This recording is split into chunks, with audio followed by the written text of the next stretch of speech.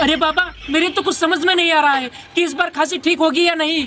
खांसी तो ठीक होगी ही बालक, क्योंकि इस वक्त उसकी आत्मा इसके अंदर है। अगर इसको सुई लग गया तो समझो उसको लग गया। बाबा 1 मिनट रुको जरा।